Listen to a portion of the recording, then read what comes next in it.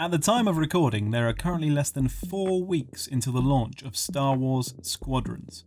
So today, I want to talk about the mechanics of fleet battles and how you can give yourself and your team the best chance of winning matches on day one.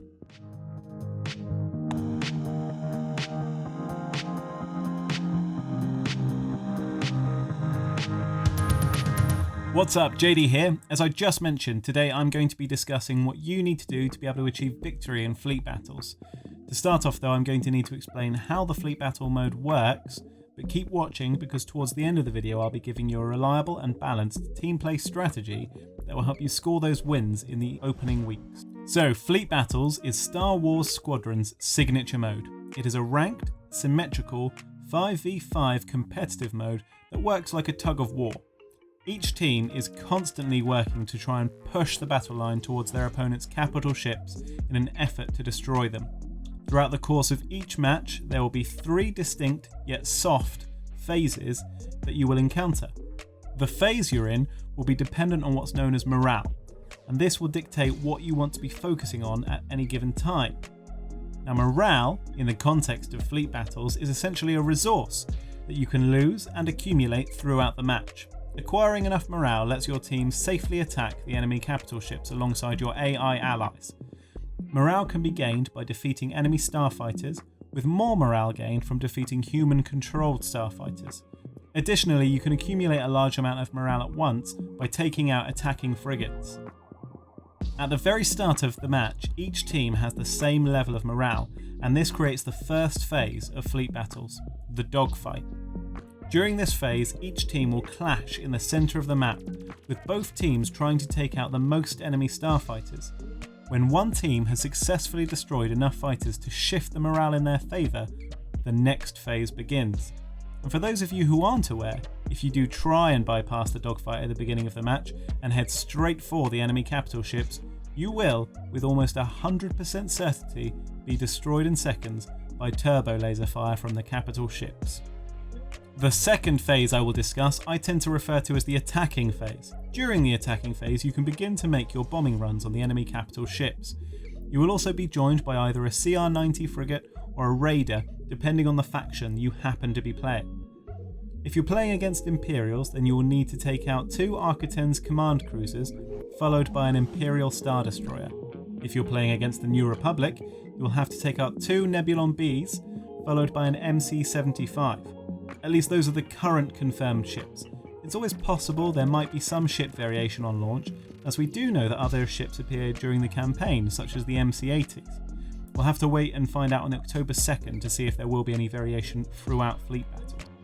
When you're playing through the attacking phase of Fleet Battles, you want to start off by destroying the 2 accompanying capital ships, so the Arc-10s or Nebulon Bs. These capital ships provide a stream of turret fire that will hinder bombing runs against the flagship.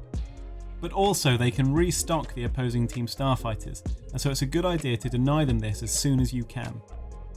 When you're able to move on to attacking the enemy flagship, you'll have to attack the individual subsystems in order to be as effective as possible in your assault. The subsystems are the shield generators. Destroying these will strip the shields from the flagship so that you can assault it more effectively at range. The targeting systems. This will reduce the accuracy and rate of fire from the turbo lasers. And also the power systems. Destroying this will highlight the weak points throughout the ship that you can then target for increased damage. In addition to attacking these large capital ships throughout the attacking phase, you will also need to make sure that you defend your accompanying frigate, so that's the raider or the CR-90, because if that is successfully destroyed by the enemy, your team will suffer a huge morale blow that will almost immediately reverse the balance and give them the opportunity to attack. This brings us neatly onto the third phase, the defending phase. During this phase, the enemy team will be trying to do everything I just described, and they will be accompanied by a raider or CR-90 depending on their faction. During this phase, you'll want to focus on destroying their attacking frigate and taking out as many of their fighters as possible, until the balance shifts and you're back on the assault. Throughout the course of the match, expect to see a lot of back and forth between attacking and defending, especially if you're up against a team of equally skilled players. Now that we have the basics of fleet battles out of the way, let's dive into an example team play that could put you and your squad mates on the front foot in those opening weeks. For the purpose of this example, I'll assume you're playing as New Republic, though this play should work for either faction. You're going to want to jump straight into your ships first thing and speed forward. For this play, your team composition should be 2 X-Wings, 2 A-Wings, and 1 U-Wing. I've put the recommended loadouts up on the screen, so feel free to pause and look at what they should be if you need that. So your goal is to survive while taking out as many of their starfighters as possible. You're going to do this by using your slower moving X-Wings as bait. Let them lead and have them be noisy, fly erratically and fire wildly at everything in their path. Whilst doing this, they are likely to successfully destroy a number of enemy AI units, whilst also opening themselves up as a target for the enemy players. So when a player is on their 6, this is when the A-Wings strike, using their speed and agility to get behind the assaulting ship and take them out. If you're very skilled pilots, then you can sync together, and when the A-Wing is in place, the X-Wing can perform a drift turnaround and you can fire on the target from both sides. The U-Wing should for the most part hang back and be used for healing and resupplying, though they can also place turrets to keep threat on enemy players and hunt the more easily destroyed AI to farm morale for the team. Now, assuming everything goes to plan, then before long you should have taken out enough fighters to start your assault. As soon as your objectives change and you're able to push, then you're going to want one of your A-Wings to fly back to the MC-75 and swap to a Y-Wing. I'll show you my suggested loadout on screen now. Whilst this happens, the rest of your team are going to move up.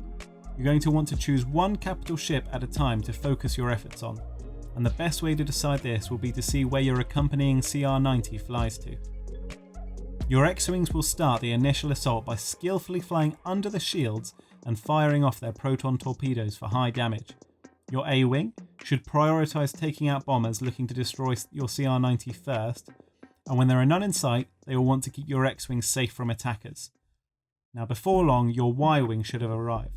Once in range, the X-Wings will want to join the A-Wing in providing security and keeping fighters away from both the Y-Wing and the CR-90. The Y-Wing should make multiple bombing runs, flying under the shields and dropping proton bombs for high damage on the Architens.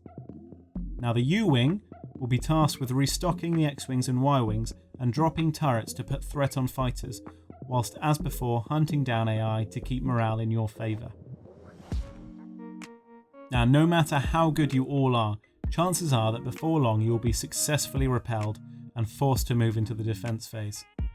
When this occurs, all surviving fighters will want to perform a coordinated retreat to the safety of your capital ships. Your Y-Wing should change back to an A-Wing. In the early stages of the game, your U-Wing may also want to change to an X or A-Wing so that they can help repel attackers. This is because your teammates can replenish ammo using the nearby Nebulon Bs. Late game, however, if these are destroyed, then you'll want to keep supporting the team and providing healing and ammunition. If your U-Wing pilot is more comfortable in the U-Wing, they can also remain useful by placing turrets in the early game and acting as bait. During this phase, all of your interceptors will want to keep an eye out for enemy players and coordinate with one another to take them out. This will yield the highest morale change. The X-Wings will focus on taking out the attacking Raider. As a team, you'll want to enforce an offensive defense. Your goal is to flip the morale meter back into your favour as soon as possible, while sustaining minimal damage to your capital ships. Keep that up, and before you know it, you should be back on the assault. Now, whilst taking out the Architens, you'll want to stick to the attacking phase plan I've already discussed. Once you come to the flagship, that's where we'll change things up a bit. So when first assaulting the capital ship, you should stick to the original plan. X-Wings assault first. Their focus should be the shield generators. Once the Y-Wing comes into play, it can fly under the shields and assault the targeting systems using proton bombs. When your X-Wings have taken down the shield generator, that's when you can change tack again. Have an X-Wing fly back and change to a Y-Wing, this time with the loadout you'll see on the screen now. Whilst this is happening, your first Y-Wing should continue to make runs to take out the targeting systems. Before you know it, you'll be up against a fairly defenceless ISD. Your X-Wing and A-Wing will provide cover for your Y-Wings, who can focus on destroying the power systems, followed by the hull weak points as they appear. Your second Y-Wing can use the extremely effective composite beam, as there are no shields to worry about, and the weakened targeting system means you don't need to worry so much about the reduced manoeuvrability whilst firing. Should your remaining X-Wing be taken out and need to respawn at this stage, they can also feel free to swap to an A-Wing. This way they're back in the fight sooner and can focus on mopping up starfighters trying to destroy your bombers and CR-90. With effective communication and competent piloting, it will likely be a matter of time before you destroy the enemy flagship and fly away with a victory. And there you have it, a balanced team play strategy. Now I'm confident that teams of 5 who utilise my suggestions will see a string of victories as a result during the first few weeks of Squadron's launch. But keep in mind that as with all competitive online games, a counter will be devised and a meta will develop. When the strategy does begin to fail, you'll need to be quick to adapt. I look forward to hearing your thoughts on this strategy. Let me know if you plan on using it. If you'd like some more team play strategy suggestions, then be sure to subscribe and click that bell icon to be informed of future videos, as I plan on putting together some more niche and focused strategies before launch. After Squadrons launches on October 2nd, I also plan on compiling together the evolving meta and keeping you in the loop.